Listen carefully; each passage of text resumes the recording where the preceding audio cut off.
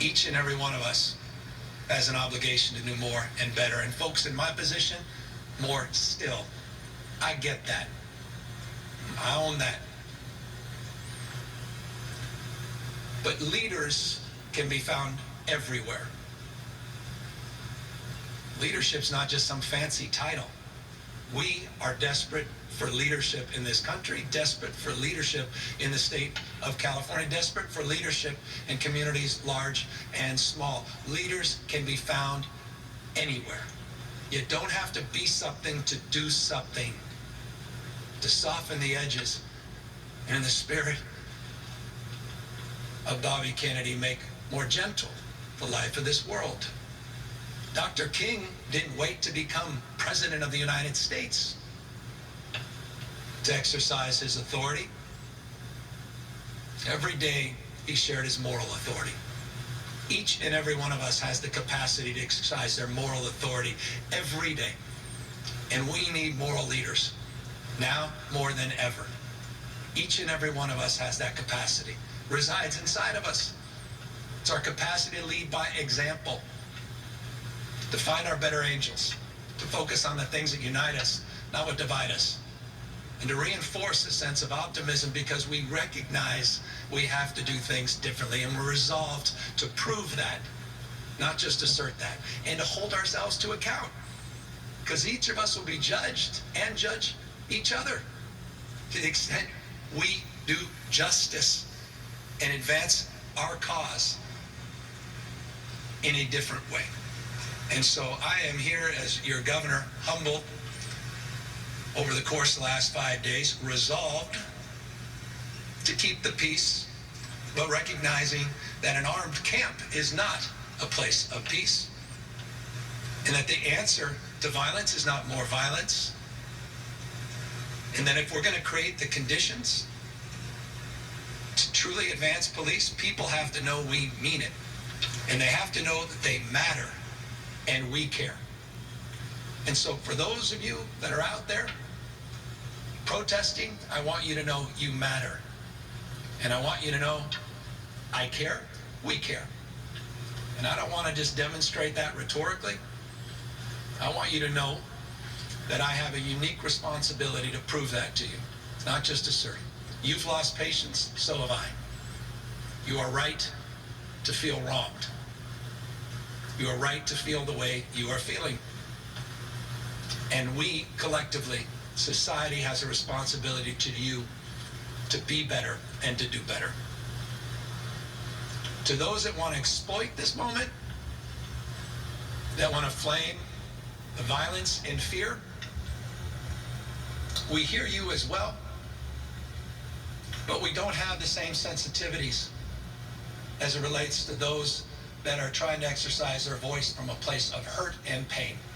When you try to cause pain on others, when you're out there to exploit conditions, not advance the cause of justice, that is not serving the greater good. And we need to also call that out.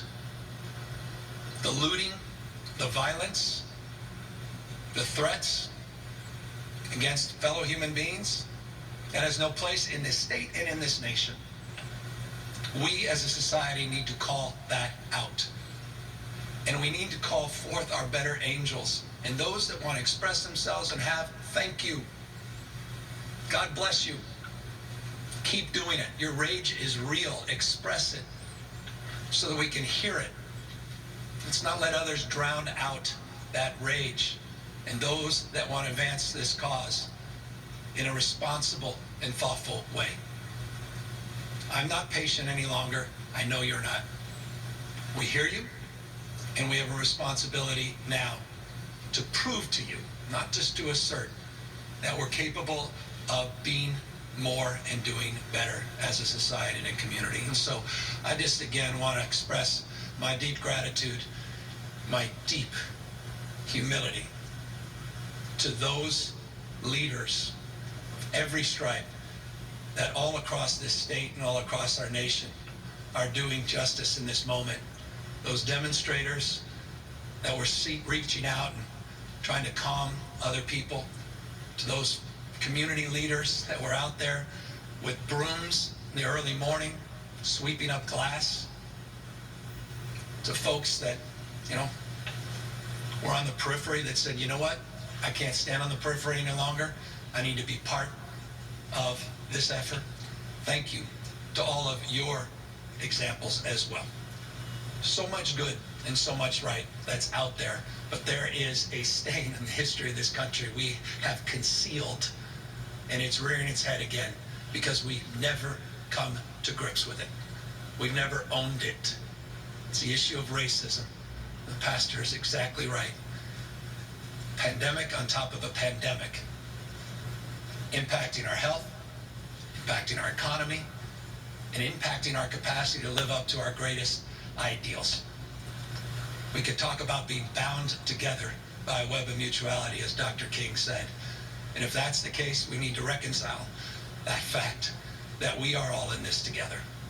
The Bible teaches us we're many, many parts. But at the end of the day, we're one body. And when one part suffers, we all suffer.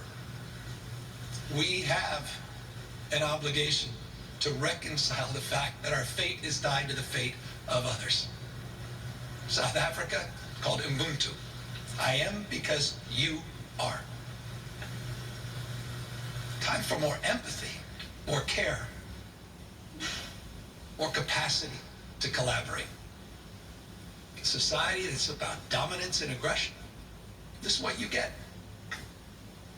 Not because the protesters, but the conditions that led to this moment where protest was inevitable. So we are committed and resolved to bringing peace back to the streets, not only in this state, but to support the efforts all across this nation. We'll do our part, but it's not just a situational moment. We have to focus on the medium and long term, and we have to prove our commitment and our resolve in that space. So I just want to thank all the leaders, not only again assembled here, but throughout this state once again for your courage, because now is a time for courage. Now is time for your voice to be brought to the forefront.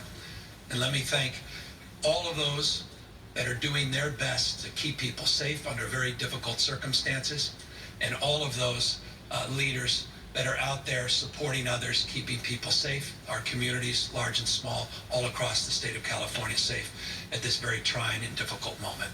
So with that, we're happy to take any questions. We are, of course, happy to also step aside and have members of the community respond as well. Thank you, Governor. Sophia Bolag here from the Sacramento Bee. I'll be asking questions on behalf of the press corps today.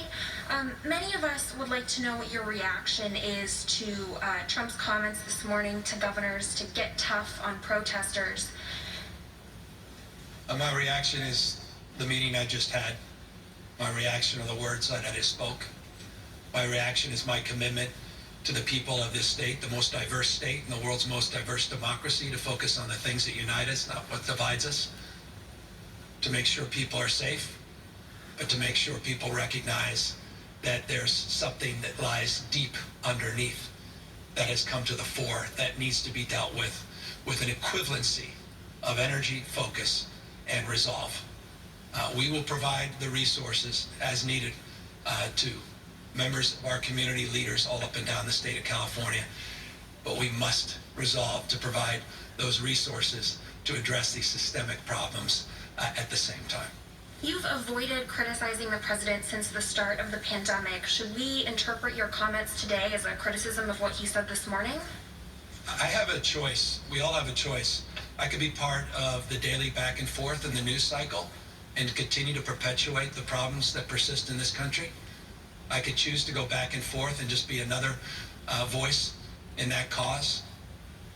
Or I can choose to focus a message that I think is so much more powerful, and I hope more residents, people watching, and that is, I care more about them than some of the noise I heard on a morning phone call. You said that the country needs leadership right now. Do you think that the president is providing adequate leadership? As I said, leadership can be found anywhere. In the absence of leaders, of people in positions of formal authority, We have people that exercise their moral authority each and every day. Church leaders, community leaders, faith-based leaders of all stripes, teachers, parents, caregivers, people, strangers walking the street that exercise their moral authority by trying to soften the edges of people that are apt to do more harm and create more violence. Leaders in law enforcement that meet this moment, that recognize the empathy that's called for as well. That kind of leadership is desperately needed in this nation and is ample if people begin to exercise it. And that's my hope and that's my resolve, is to find those leaders to call for more of that kind of leadership in this country. Tim Pucco of the Wall Street Journal would like to know what the plan is tonight for managing protests and dealing with break-ins and theft, and in particular, what changes or tactics you're supporting to de-escalate confrontations, violence, and damage. Well, we're working with mayors in cities and counties, large and small, sheriffs, and obviously working with leaders of the community, not just those in law enforcement, to exercise more control, more authority, again, moral authority, not just formal authority, to address the issue of violence. As many know, we have been working with mayors on deploying National Guard, the two resources the state of California has from a law enforcement perspective: California Highway Patrol, which has been on tactical alert for days, 12-hour shifts up and down the state of California, working mutual aid positions, pre-positioned, and also in strike teams to react. The National Guard was brought up.